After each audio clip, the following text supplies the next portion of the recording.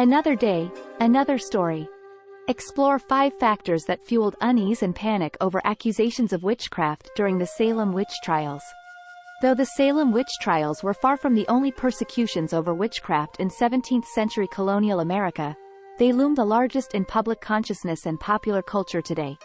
Over the course of several months in 1692, a total of between 144 and 185 women, children and men were accused of witchcraft, and 19 were executed after local courts found them guilty.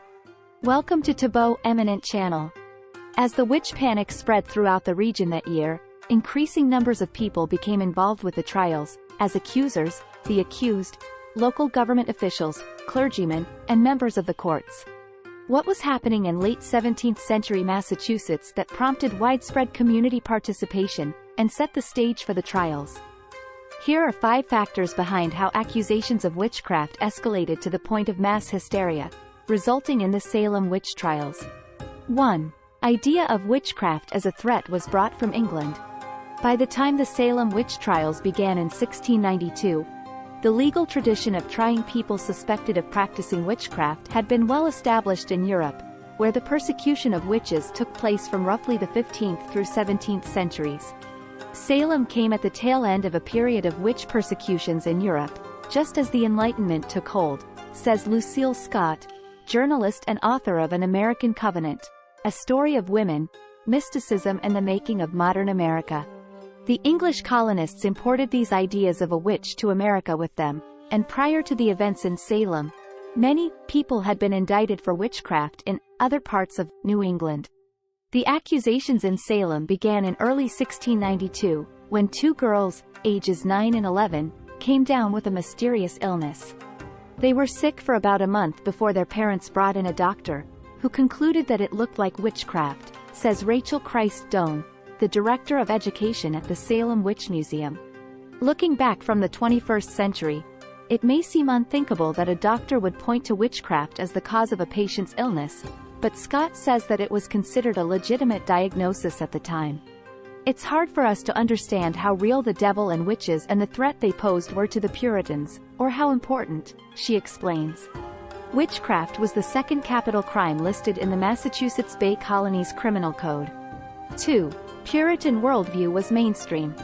When the Puritans founded the Massachusetts Bay Colony in 1630, the first governor, John Winthrop, delivered a sermon famously proclaiming the colony, a city, sick, upon a hill, in this case, meaning a model Christian society with no separation of church and state. But as growing numbers of Quakers and Christians of other denominations arrived in Massachusetts, it became more religiously diverse. By the 1690s, God-fearing Puritans represented a smaller proportion of the population of New England than at any point in the 17th century, says Kathleen M. Brown, a professor of history at the University of Pennsylvania and author of Good Wives, Nasty Wenches and Anxious Patriarchs, Gender, Race, and Power in Colonial Virginia. Even though percentage-wise, the Puritan influence was weaker than it had been earlier in the century, it was still leaving a big imprint on society. This included mainstream acceptance of providence, the Puritans' belief that the events of everyday life on Earth happened in accordance with God's will. This was particularly true when they were talking about the fate of colonial settlements in the land grab, or disease epidemics that would sweep through and kill people, or a terrible storm, Brown explains. Providence, along with the notion that there was evil at work through Satan, including, through the activities of witches who might turn to the devil to exert supernatural power, informed the way Puritans understood the natural world and the spiritual world. Similarly, despite their waning power, the Puritan societal structure remained firmly in place when the Salem Witch Trials began. The Puritan colony was a very patriarchal and hierarchical place, Scott says, noting that this included the view that people, particularly women, who stepped outside of their prescribed roles in society were looked upon with suspicion. 3. Accusations didn't follow the usual patterns. Though accusations of witchcraft themselves weren't out of the ordinary in colonial New England, those made in Salem in 1692 stood out, likely contributing to the panic that spread throughout the community. Witchcraft accusations normally happened quite sporadically and in some isolation, Brown explains. They rarely snowballed into a mass accusation with increasing numbers of people accusing and being accused. If you look at the larger history of witchcraft, not just in North America, but in England and Scotland, usually men are the accusers of witches, especially in an outbreak, says Brown, whose latest book Undoing Slavery, Bodies, Race, and Rights in the Age of Abolition was published in February 2023. You don't really ever get girls and young women doing the accusations. That's actually anomalous for Salem. Though theories abound, there is still no consensus as to why girls and young women became the central accusers, she notes. When a rare witchcraft outbreak did occur, Brown says that it broadened the scope of who might qualify as a potential witch. More people would fall into the category of accused witch, and more people jumped on the bandwagon of accusation, she notes. As the trials wore on, no one was exempt from suspicion. At a certain point, accusations in Salem flew so freely, anyone, no matter their Puritan purity, might find themselves facing the gallows, Scott says. The Salem Witch Trials were a series of hearings and prosecutions that took place in 1692 in colonial Massachusetts. The trials resulted in the execution of 20 people, most of them women, who were accused of practicing witchcraft. The exact causes of the hysteria that led to the Salem Witch Trials are complex and multifaceted, but several factors likely contributed to the mass hysteria. Puritan Beliefs. The Puritans, who were the religious group in control of the Massachusetts Bay Colony, held strong beliefs about the supernatural and the existence of witches. They believed that the devil was real and that he could give certain people, known as witches, the power to harm others. Social and economic tensions. Salem Village, present-day Danvers, Massachusetts, was a divided and economically unstable community. There were tensions between wealthier merchants and poorer farmers. The trials provided an outlet for social tensions and resentments to be expressed. Epidemic hysteria.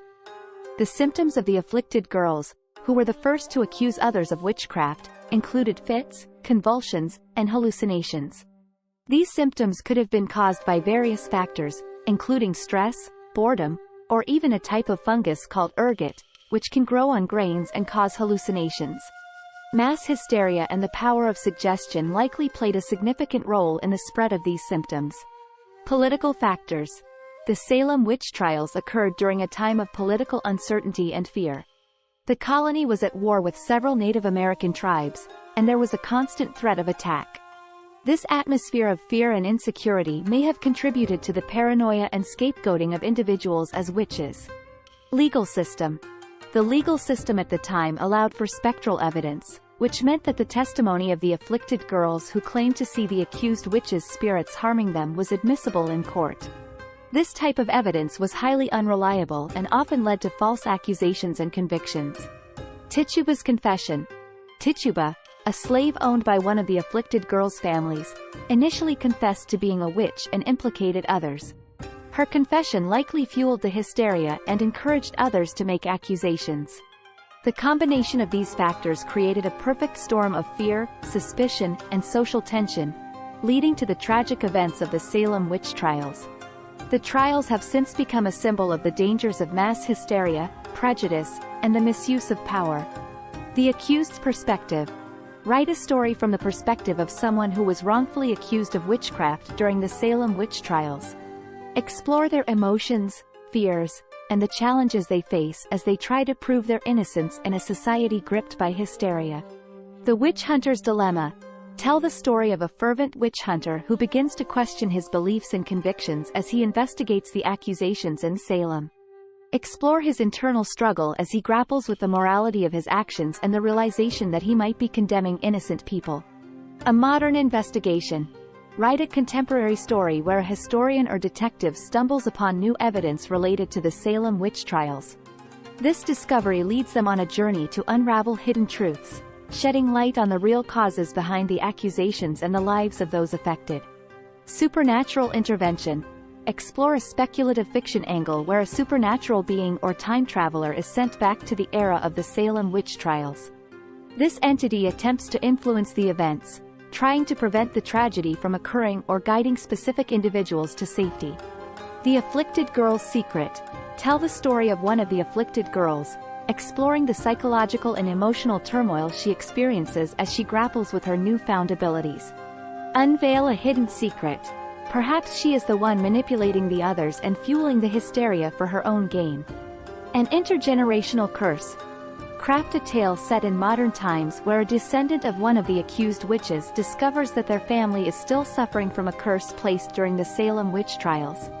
They embark on a quest to break the curse, uncovering dark family secrets and confronting ancient supernatural forces. Parallel histories. Imagine an alternate history where the Salem Witch Trials had a different outcome. Explore how the course of American history might have been altered if the hysteria had been quelled earlier, leading to a society with a different perspective on justice, belief, and individual freedom. Remember, each of these story ideas can be adapted to different genres such as historical fiction, fantasy, mystery, or even science fiction, allowing for a wide range of creative exploration. Thanks for watching.